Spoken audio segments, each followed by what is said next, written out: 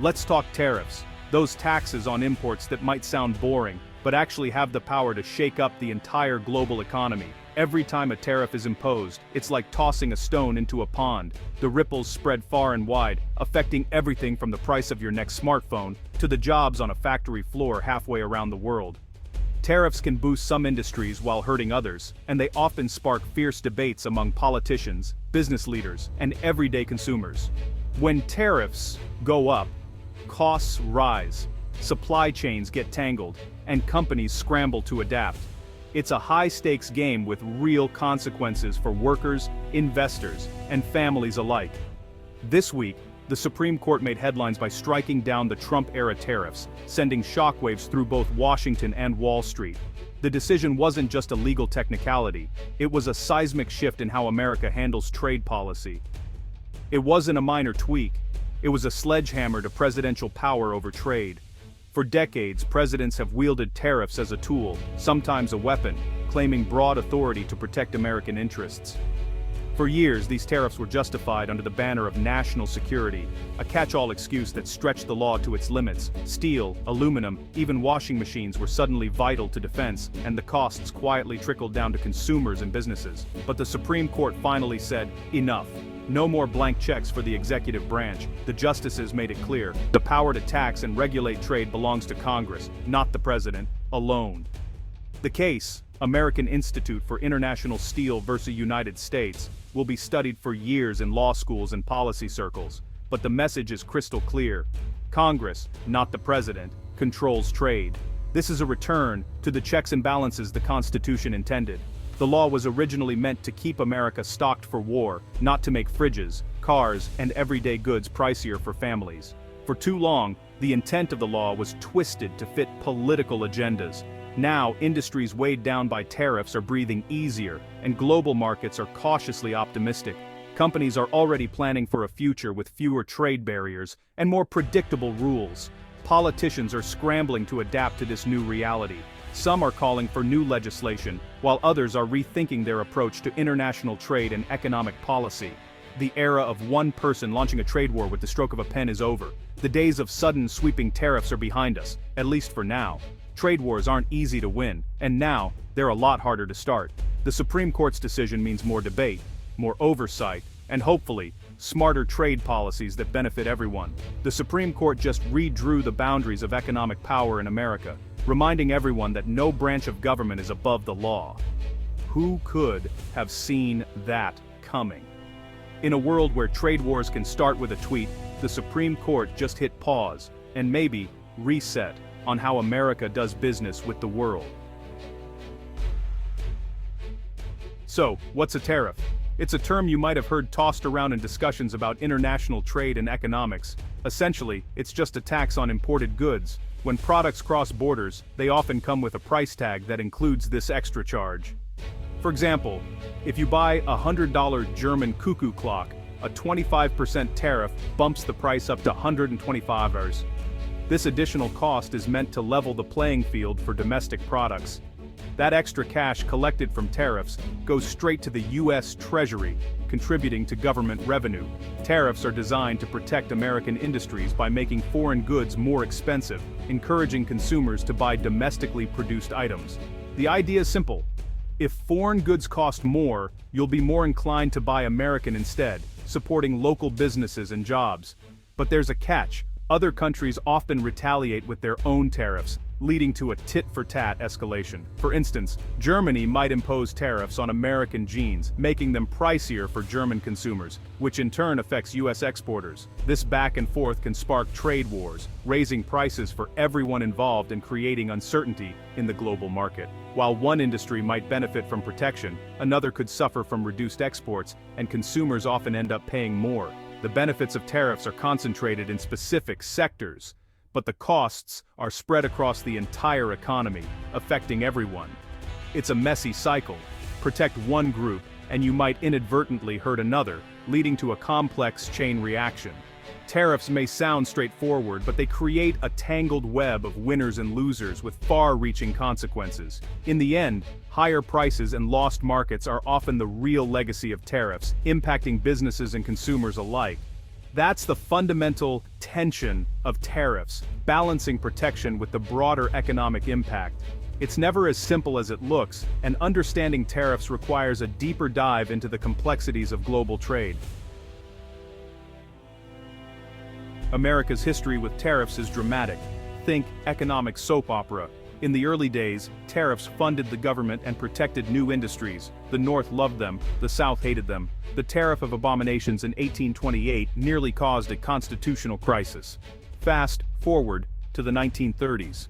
The Smoot-Hawley Tariff deepened the Great Depression as countries retaliated and global trade collapsed. Lesson learned: economic walls can trap you inside. After W. Quine, the U.S. led the charge for free trade, creating the GATT, and later the WTO. For decades, lowering tariffs was the norm. But recently, protectionism made a comeback, leading to the very tariffs the Supreme Court just struck down. America's tariff story is a cycle: protection, backlash, reform, repeat, and now, we're at another turning point. The Trump administration's trade policy was a sledgehammer, not a scalpel. Using old laws, it imposed tariffs on steel, aluminum, and hundreds of billions in Chinese goods, often citing national security. Allies like Canada and the EU were hit, not just rivals. The real showdown was with China.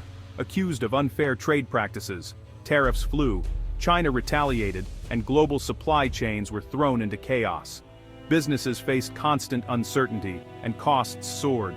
A Phase 1 deal was signed, but most tariffs stayed. The Supreme Court has now called this strategy a misplay. The gamble didn't pay off. The Supreme Court's decision is a true game-changer, sending shockwaves through the American economy and creating a whole new set of winners and losers. This ruling doesn't just affect a few companies, it touches nearly every corner of American industry and daily life. Among the winners are U.S. manufacturers who rely heavily on imported parts. Think car makers, electronics producers, and appliance companies. For years they've struggled with high costs due to tariffs.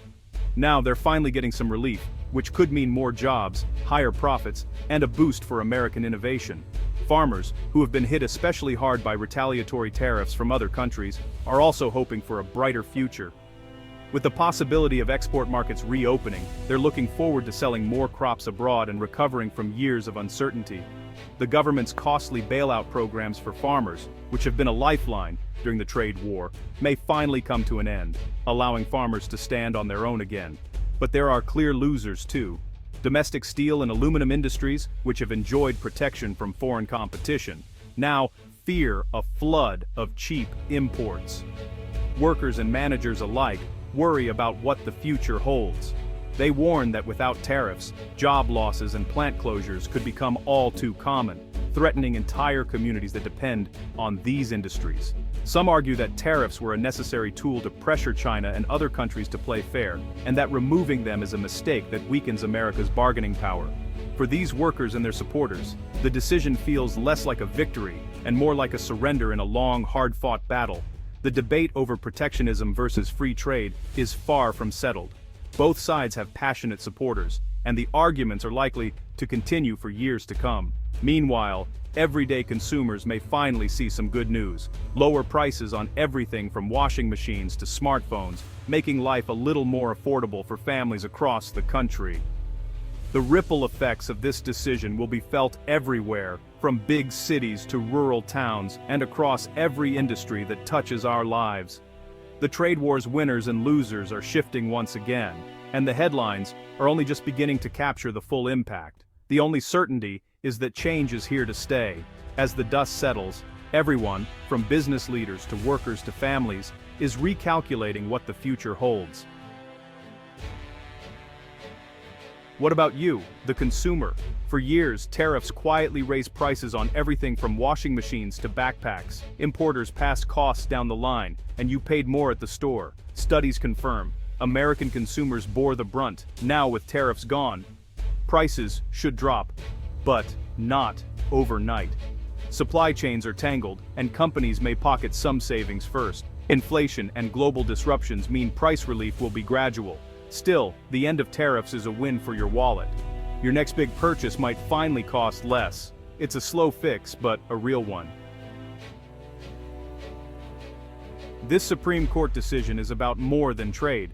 It's about who holds power. The Constitution gives Congress control over trade, but over time, Congress handed that power to the president. Laws like Section 232 let presidents act fast, but also unchecked. The Trump administration stretched that power to its limit. The court just snapped it back, demanding Congress take the lead. Now, broad tariffs will need congressional approval, a much higher bar. Trade wars by executive whim are out. Public debate is in. Checks and balances are back at the heart of trade policy. The rules of the game have changed.